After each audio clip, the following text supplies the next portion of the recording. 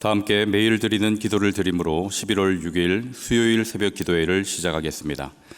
좋으신 하나님, 오늘도 저희에게 호흡을 주시고 주님께 나와 기도하게 하시니 감사합니다. 새 아침이 밝았음에도 아픔과 고통 가운데 머물러 있는 주님의 백성들을 긍휼히 여겨주시고 하나님의 은혜와 자비를 허락하여 주시옵소서. 온전한 하나님의 나라가 한반도와 열방 가운데 이루어지게 하시고 복음 통일을 이루어 주시며 영락교회를 붙들어 주옵소서. 교회와 가정에서 믿음의 대가 잘 이어지게 하시고 성령님의 인도하심에 따라 저희 교회의 신앙 지도 원칙인 경건한 복음주의 신앙의 육성, 성서적 생활 윤리의 훈련, 교내 연합 정신의 구현, 세상에서 하나님 공의의 실현에 힘쓰게 하옵소서. 모든 교역자들이 성령님으로 충만하게 하시고 모든 성도들이 하나님의 말씀을 따라 행하며 살아가게 하옵소서. 예수님의 이름으로 기도드립니다. 아멘. 다 함께 찬송가 539장을 찬양하시겠습니다.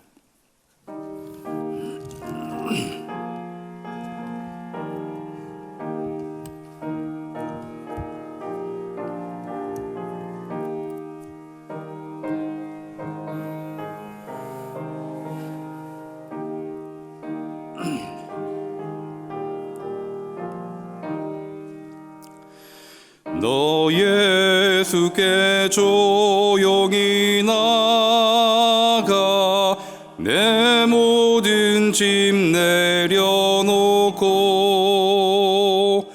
주 십자가 사랑을 믿어 죄사함을 너 받으라. 주 예수께 조용히 나가 내 마음을 쏟아놓으라. 늘은 미리 보시는 주님 큰 은혜를 베푸시리. 주 예수의 은혜를 입어 내 슬픔이 없어지리. 내 이웃을 늘 사랑하여 너 받은 것 거저주라. 주 예수께 조용히 나가 내 마음을 쏟아놓으라. 늘은 미리 보시는 주님 큰 은혜를 베푸시리. 주 예수를 친구로 삼아 늘 내 옆에 모시어라. 그 영원한 생명샘물에 내 마른 목 죽이어라. 주 예수께 조용히 나가 내 마음을 쏟아놓으라. 늘은 미리 보시는 주님 큰 은혜를 베푸시리.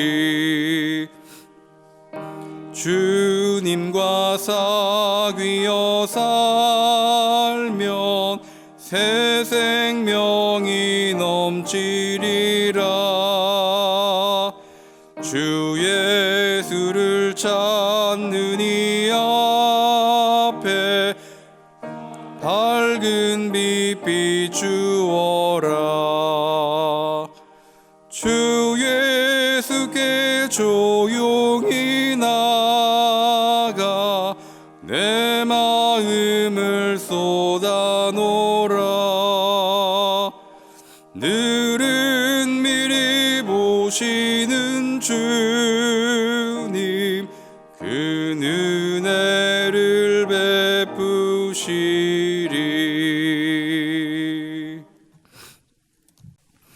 오늘 오이거스 성경 통독 범위는 사도행전 11장부터 13장까지입니다.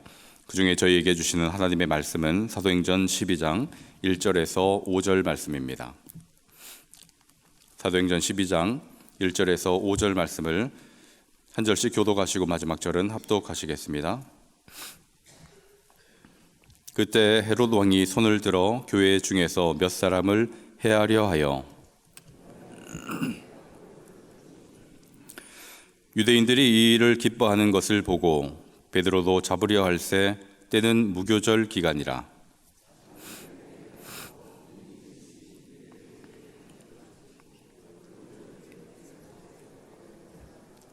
함께 읽습니다. 이에 베드로는 옥에 갇혔고 교회는 그를 위하여 간절히 하나님께 기도하더라. 아멘. 스데반의 순교 이후에 교회에 큰 박해가 있었고 그로 인해서 이 교회 성도들이 다 흩어지게 됐는데 예루살렘 교회는 바로 사마리아를 넘어서 지금 안디옥까지 이르게 되었다라는 것을 바로 11장에서 말씀하고 있습니다. 11장 19절에 이렇게 기록합니다. 그때 스데반의 일로 일어난 환란으로 말미암아 흩어진 자들이 베니게와 구브로와 안디옥까지 이르러 유대인에게만 말씀을 전하는데, 복음이 예루살렘을 넘어서 사마리아 그리고 안디옥까지 이르고 또 그곳에 안디옥 교회가 세워지기는 했지만 여전히 어려운 형편이었습니다. 오늘 본문은 교회가 처한 그 어려움이 무엇인지, 어떤 박해를 받고 있는지에 대해서 잘 보여주고 있습니다. 오늘 읽으신 본문 1절과 2절 말씀입니다. 그때 헤롯 왕이 손을 들어 교회 중에서 몇 사람을 해하려 하여 요한의 형제 야고보를 칼로 죽이니. 어떤 어려움을 당하게 되었는가 하면 요한의 형제 야고보를 죽이게 되었다. 그 죽임 당함으로 인해서 초대교회에 더 어려움이 있게 되었다라는 것입니다. 그러면 그는 이 헤롯 왕은 무엇 때문에, 어떤 연유로 야고보를 죽이게 되었을까요? 오늘 본문에 등장하는 이 헤롯이라는 이 인물은 예수님께서 나셨을 때 그 대헤롯이라 불리는 이의 손자입니다. 그러니까 헤롯 아그리파 1세를 의미하는데, 그는 할아버지와 성정이 비슷한 인물로 이 주석가들은 이야기를 하고 있습니다. 이 대헤롯도 간사하고 잔인한 인물이었는데 이 손자도 그와 비슷한 성정을 가지고 있습니다. 이 할아버지 대헤롯이 유대인들의 그 환심을 사기 위해서 성전 건축을 했던 것처럼 이 헤롯 아그리파 1세 또한 유대인들의 호의를 얻기 위해서 또 자기의 그 유대인들의 호의를 얻어 자기의 자리를 견고하기 위해서 그들이 골칫거리로 생각하고 있던 그 사도들을 잡아다 박해를 하면 좋겠다라는 마음을 가졌던 겁니다. 그 가운데 요한의 형제 야고보를 칼로 죽이게 된 거죠. 그런데 자신이 생각했던 것보다 더 좋은 반응을 지금 받은 것입니다. 그래서 12장 3절에 이렇게 기록하고 있습니다. 유대인들이 이 일을 기뻐하는 것을 보고 베드로도 잡으려 할새 때는 무교절 기간이라. 야고보에 이어서 베드로까지 잡아다가 결국에는 죽이고자 이렇게 계획을 한 겁니다. 야고보를 잡아 죽였을 때 유대인들이 기뻐했으니 베드로까지 잡아 죽이면 더 기뻐할 것이고 자신을 지지할 것이고 또 그래서 자신의 자리가 더 견고해지지 않을까 이렇게 예상을 한 겁니다. 그러니까 초대교회는 지금 사내들인 공회의 박해, 그것을 넘어서서 지금 정권의 박해까지 받고 있는 그런 형편입니다. 이런 사정에 교회가 할 수 있는 일은 무엇일까요? 다 같이 힘을 모아서 이 대립하면 될까요? 교회가 무엇을 해야 되는지, 이들이 무엇을 했는지 사도행전 12장 5절에서는 그들이 대응한 방법에 대해서 알려주고 있습니다. 12장 5절 중반 이하를 보시면 교회는 그를 위하여 간절히 하나님께 기도하더라. 야고보의 순교 이후에 교회가 할 수 있는 것은 하나밖에 없었습니다. 그들이 힘이 있는 것도 아니고 능력이 있는 것도 아니었죠. 힘이 없고 또 능력이 없었기 때문에 다른 것을 택한 것이 아니라 자신들이 택한 그것이 가장 최선이었기 때문에 바로 그것을 택했는데, 그것이 바로 5절에서 말씀하고 있는 기도였습니다. 오직 기도하는 것뿐이 그들이 힘이 되는 것을 그들이 알았기 때문에 그들이 간절히 하나님께 기도한 것이죠. 여러분, 이렇게 어려운 형편을 만나게 되면 가장 먼저 무엇을 생각하십니까? 어떻게 이 핍박과 박해 그리고 문제를 해결하고자 하십니까? 성경은 분명히 그렇게 말씀해 주고 있습니다. 우리에게 가장 큰 힘이 되는 것은 기도라. 여러분, 기도는 성도가 가장 먼저 해야 할 것이고 가장 강력한 힘이 있다라는 것을 믿으실 수 있기를 바랍니다. 하나님의 약하심이 사람보다 강하고 사람의 그 능력에는 한계가 있지만 우리 하나님의 능력에는 한계가 없는 줄로 믿습니다. 베드로를 위해 하나님께 간절히 기도한 결과 어떻게 되었는가? 오늘 본문은 아니지만 7절에 보면 기도한 그 결과 그 어떤 일이 일어나게 되었는가를 말씀해 주고 있습니다. 7절 말씀도 같이 한번 읽어보면 좋겠습니다. 호련히 주의 사자가 나타나매 옥중의 광채가 빛나며 또 베드로의 옆구리를 쳐 깨워 이르되 급히 일어나라 하니 쇠사슬이 그 손에서 벗어지더라. 아멘. 이 베드로가 갇혀 있는 그 감옥, 그 안에는 두 군인이 베드로를 지키고 있고 문 밖에는 또 파수꾼이 그 옥을 지키고 있는 그런 형편입니다. 이런 자리에 어떤 일을 보내서 그를 구출할 수 있겠습니까? 아무리 훈련이 잘 된 특공대를 보낸다 하더라도 이렇게 감시하고 있고 또 막고 있는 그 자리를 벗어나게 할 수는 없을 것입니다. 그래서 기도했더니 그 이후에 어떤 일이 일어났는가? 천사를 통해 그를 감옥에서 나오도록 하신 것입니다. 여러분, 기도할 때 이런 일이 일어나게 된다 하는 것을 성경에서는 수없이 많이 기록하고 있는데 구약에도 이런 사건이 있죠. 아수르의 18만 5천이라는 대군이 남유다를 둘러싸고 협박할 때 히스기야가 했던 일이 무엇이었습니까? 군사를 모집하고 또 전열을 가다듬고 대응한 것이 아니라 히스기야가 성전에 올라가 하나님께 기도하지 않았습니까? 기도한 그때 주의 사자가 밤사이에 18만 5천이라는 대군을 다 전멸시키는 역사가 있었습니다.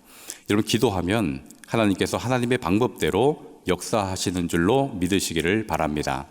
중요한 것은 기도하면 기도한 대로 역사하는 것이 아니라 기도하면 하나님의 방법대로 역사하신다는 것을 여러분 꼭 기억하실 수 있기를 바랍니다. 자, 그런데 여러분, 여기에 아이러니한 장면이 하나 나오고 있는데 베드로가 천사를 통해서 감옥에서 나오게 된 이후에 기도하는 사람들이 모여있는 그 처소로 향합니다. 그래서 문을 두드리자 그 집 안에 있던 로데라는 그 여종이 나와서 베드로를 맞이하는데 누군지 모르고 베드로의 목소리가 들리자 문을 열지 않고 후다닥 뛰어들어가서 기도하는 사람들에게 알리는 거죠. 베드로가 왔다라고 이렇게 알립니다. 이때 기도하던 사람들의 반응이 어떠했을까요? 우리 기도가 응답되었다 하면서 버선발로 달려나와서 베드로를 맞이했을까요? 할렐루야를 외치면서 그들이 기뻐했을까요?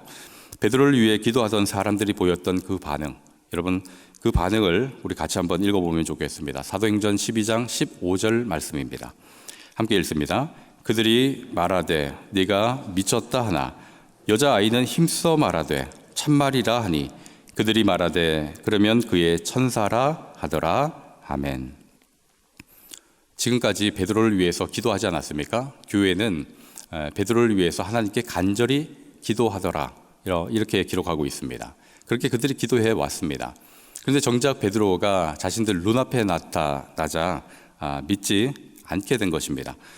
여기서 한 가지 질문을 해봐야 되겠죠. 이렇게 기도했는데 베드로가 온 것을 왜 믿지 않았을까? 그 여종이 이야기할 때 미쳤다라고 왜 이야기하게 되었을까 하는 겁니다.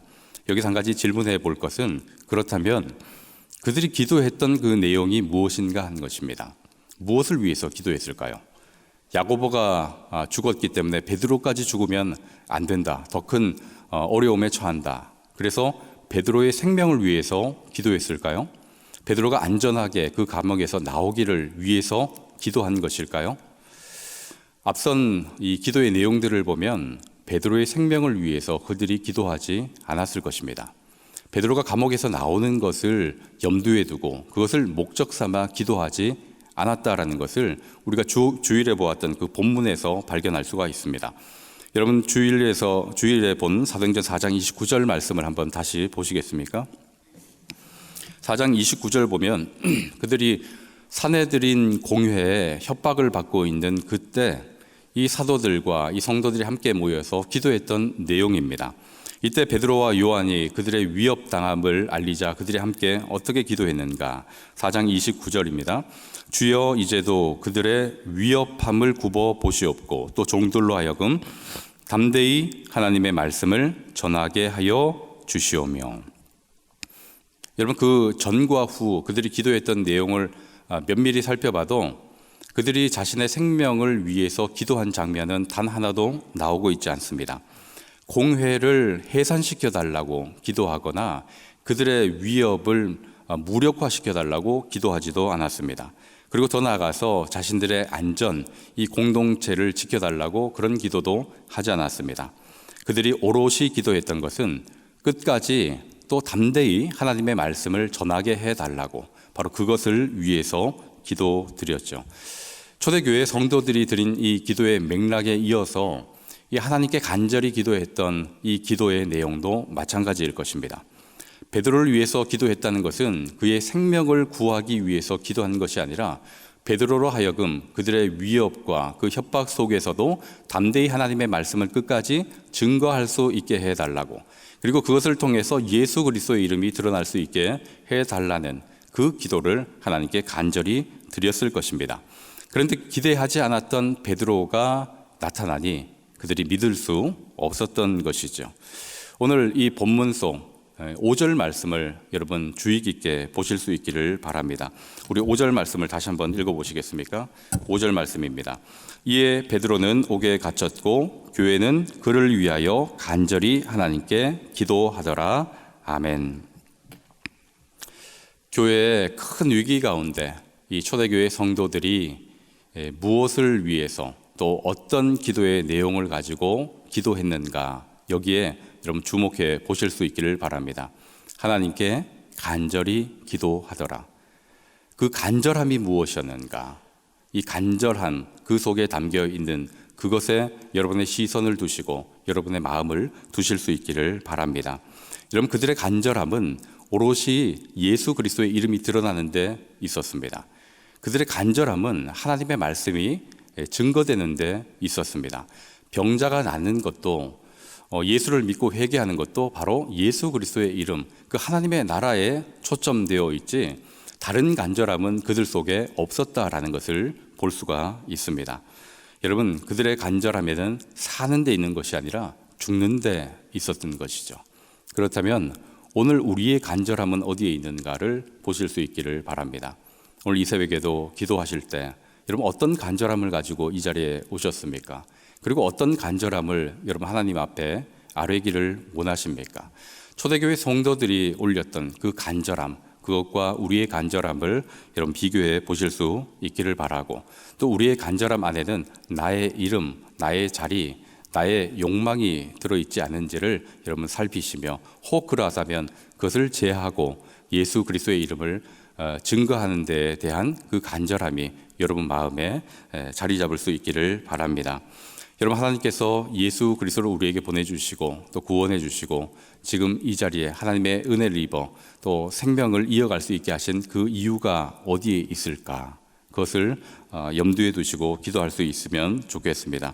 이 새벽 우리에게 주신 그 사명, 그것이 무엇인지를 생각하며 오늘 하나님 앞에 간절히 기도함으로 나아가실 수 있기를 주님의 이름으로 축원합니다. 먼저 그의 나라와 그의 의를 구할 때 그 나머지 것을 더해 주신다 하는 그런 은혜도 덧입고 또 함께 기도하는 자리로 나아갈 수 있기를 주님의 이름으로 축원드립니다. 기도하시겠습니다. 사랑과 은혜가 충만하신 아버지 하나님, 저희로 하여금 예수 그리스도를 믿음으로 하나님의 자녀가 되는 권세를 얻게 하시고 또 하나님 나라에 참여할 수 있도록 은혜를 베풀어 주심에 감사를 드립니다.